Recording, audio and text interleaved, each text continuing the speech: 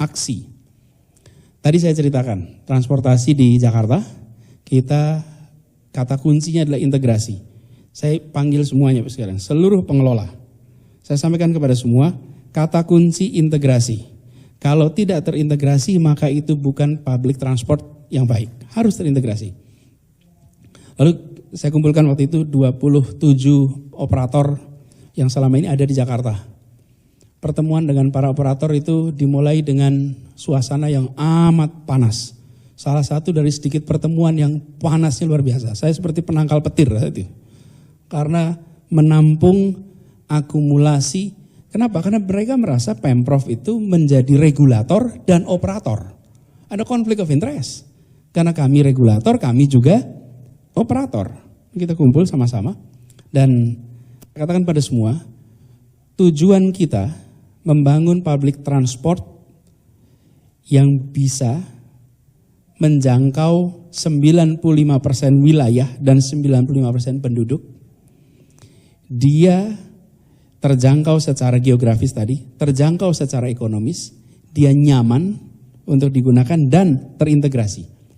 Kita mau kerjanya bersama-sama. Mudah bagi Pemprov menganggarkan uang untuk membeli armada baru. Dan armada baru itu lalu menjangkau semua tempat. Itu buat Jakarta piece of cake. Tapi kalau itu kita lakukan, 27 operator yang sudah membantu menyelesaikan masalah transportasi di Jakarta, mereka akan dead meat, habis itu. Dan kami sampaikan kepada semuanya, bahwa kami inginnya tumbuh semua. Anda tumbuh, kami tumbuh, public transport menjadi lebih baik. Dan kalau itu kita kerjakan dalam sebuah kolaborasi, maka Anda transparan, kami transparan, hitung sama-sama. Sehingga kolaborasi ini bukan kolaborasi sebatas ide, tapi kolaborasi di sisi action, pembiayaannya pun bersama. Sehingga Bapak sekalian, kita duduk bersama, kita rumuskan, sampai akhirnya ini semua alhamdulillah sekarang sudah mulai 2018 secara bertahap terintegrasi. Dan begitu ini terintegrasi, maka penumpang, kita menyebutnya sistemnya Jaklingko, di mana satu kendaraan lain penumpang bisa pindah dalam durasi waktu 3 jam. Apa yang terjadi, Bapak sekalian? Lihat angkanya, Bapak sekalian.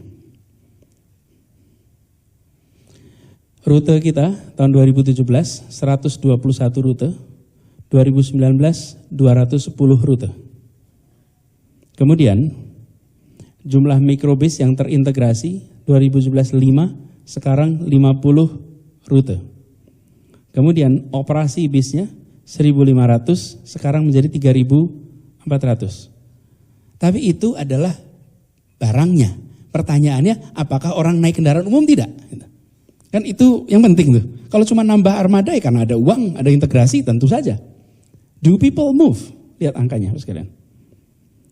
Dari 112 juta penumpang di 123 penumpang di 2016 menjadi 255 juta di tahun 2019. Double.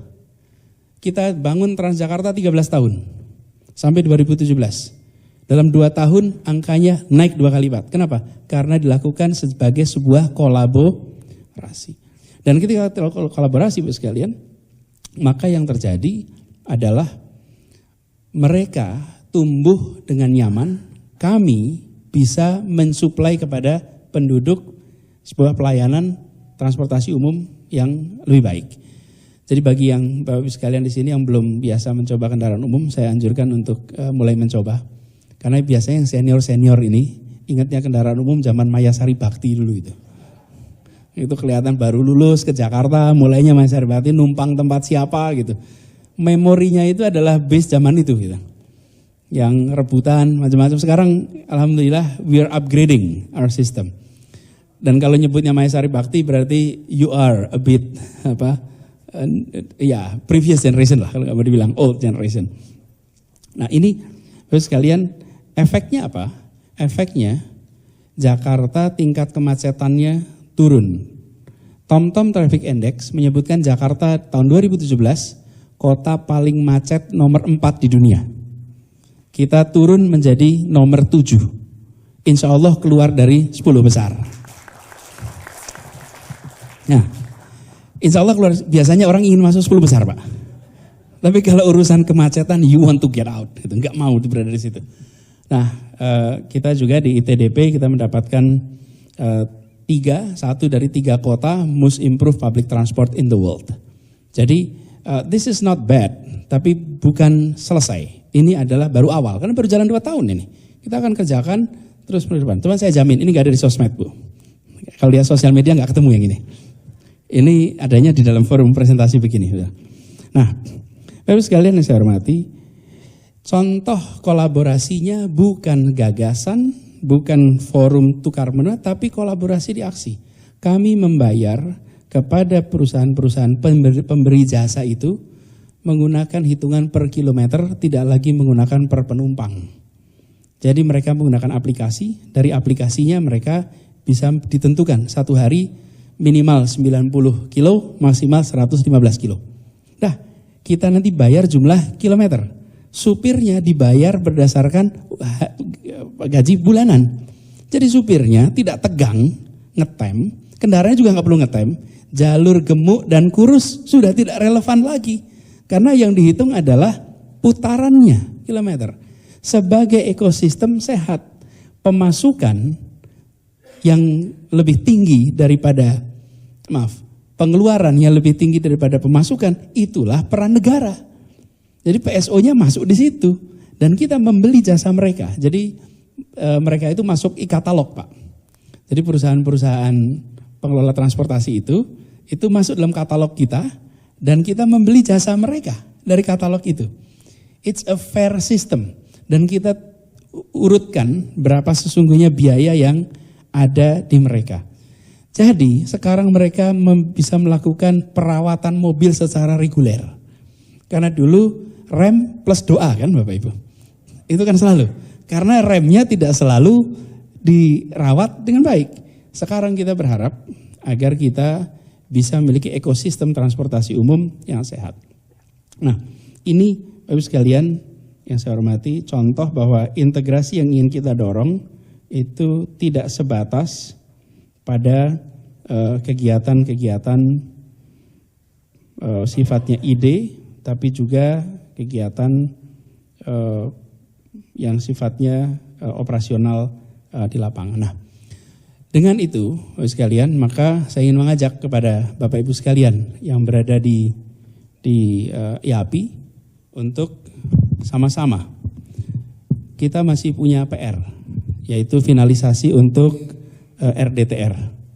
Nanti RT/RW kita juga akan finalisasi. Nah, kami berharap Bapak Ibu sekalian untuk bisa mendiskusikan ini secara lebih detail. Dan kami juga berharap Bapak Ibu sekalian beberapa hal yang menyangkut persoalan di Jakarta itu tidak selalu mulainya dari pemerintah. Kami keseharian memang menghadapi banyak sekali tantangan. Efek dari menghadapi tantangan terus-menerus itu apa? Kemampuan berpikir outside the box bisa turun Bapak Ibu. Karena ketemu dengan challenge yang rutin. Kekuatan negara, kekuatan kota itu pada apa? Satu, punya authority. Kami ini punya wewenang. Tanda tangannya di situ. Ini kalau Pak Heru enggak tanda tangan, enggak jalan tuh proyeknya.